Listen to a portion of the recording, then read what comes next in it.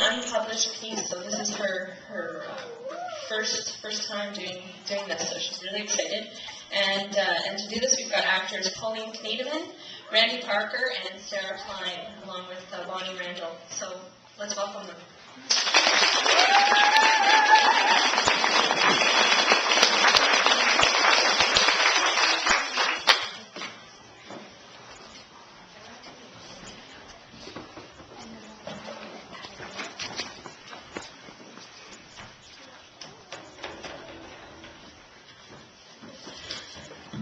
Good evening.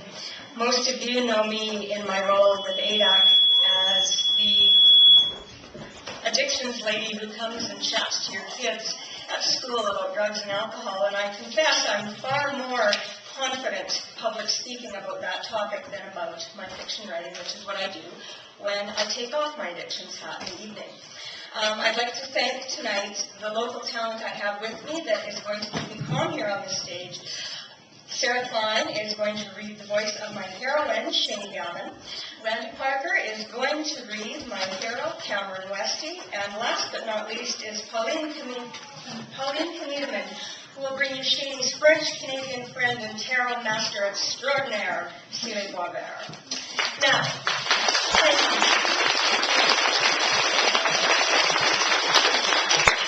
Please let me bring you up to speed on this, to set the scene of this. Set the scene. Carpenter Shane Gavin is eager to open a new and different kind of venue in cold downtown Edmonton, Divinity.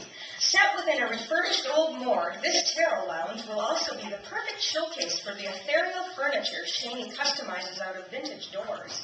But new businesses cost money, and until she can afford to open Divinity, Shane is stuck tending bar at the Python, a club where the who's who of Edmonton frequent, including the local professional hockey team.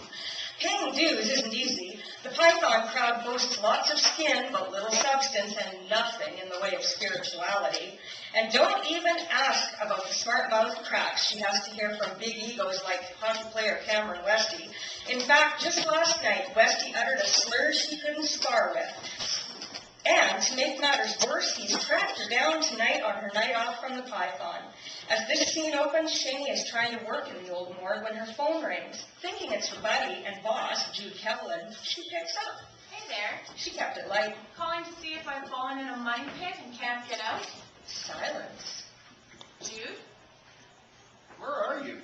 Whoa, that thunder timber wasn't Jude. Divinity?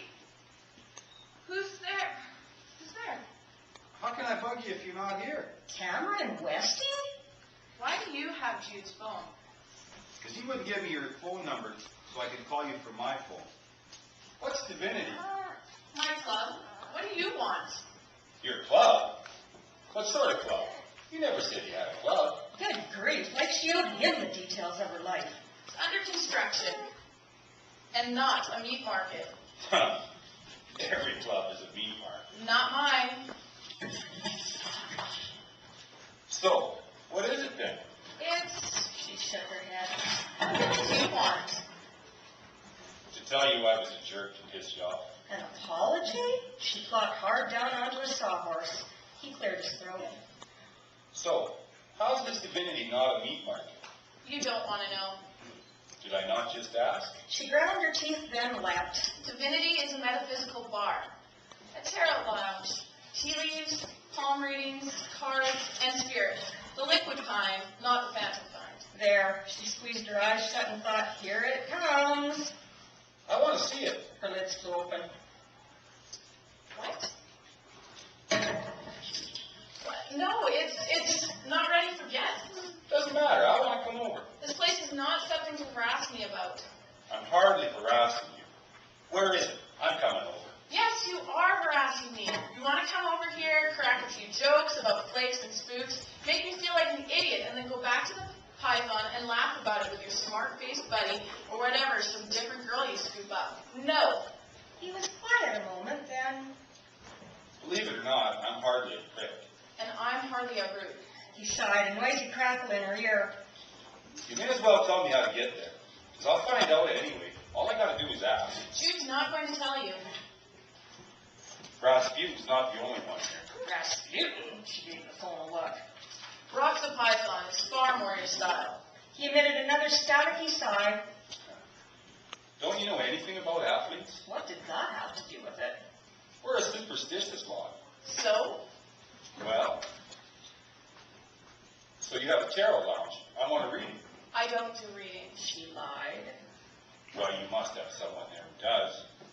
She's home, probably sleeping. Call her. I'm not going to call her. It's after 11. Tell her I'll pay her triple. What? Can you even guess her base price? Don't care. I'll triple it. Quadruple it if she seems too lazy to get out of bed. Tell her that when you call her. And I'll be there within half an hour. The cell clicked to dead air. She bared her teeth at it.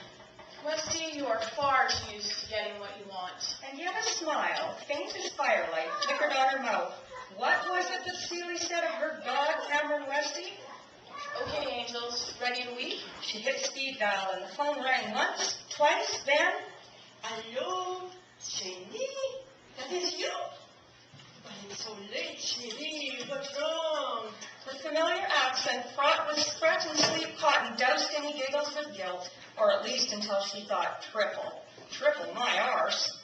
Celia, how would you like to quadruple your rate tonight? But I need for you free. What's wrong? Nothing's wrong, and it's not for me. She paused, wished she could somehow conjure a drum roll. Cameron Westy. Himself Shaky bit her tongue. is beautiful himself. Where will he be? So much for sleep cotton. She sounded wide awake now. Divinity. Is he with you? On his way, can you come? I'm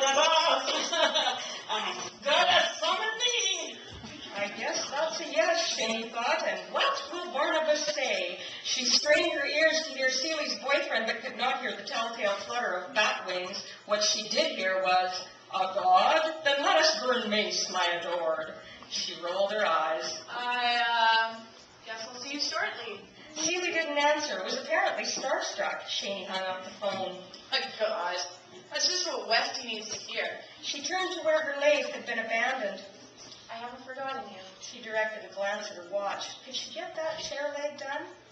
Can try. She set to work, and after screwing it into the chair, was down on all fours, checking for symmetry when... Told you I'd find it.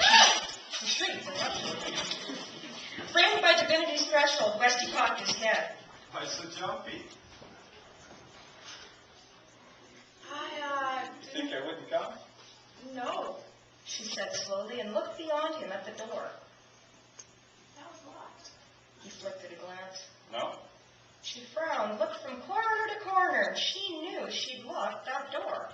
Westy, however, was looking at her, not Divinity, and as his eyes swept her, she knew what he saw. A scrubbed face in blue jeans, ponytail and sweatshirt. She looked like the anti-python.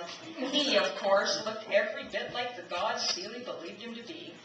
She tucked a lock of hair, an escapee from her ponytail behind one ear. Welcome to Divinity. Thanks for the invite. A smile played with his mouth. She did not return it. Got your checkbook?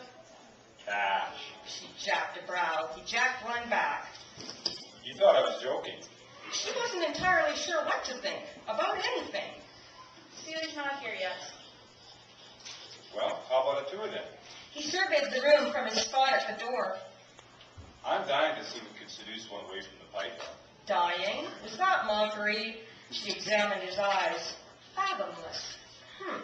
She beckoned him down the short steps into the lounge. Main seating area. He frowned. You're going to have people getting their cards read amongst one another? No, this is where they mingle, visit, have a drink. 10. She grinned. He didn't. Won't booze mess with the mojo? She took a step back. House rules, you drink after you're eating. You appeared to chew on this, then. That works. So glad you approve. He fired her a look, then crouched, eye level with her latest creation. It's quite the table. He ran a hand over pebble-stained glass.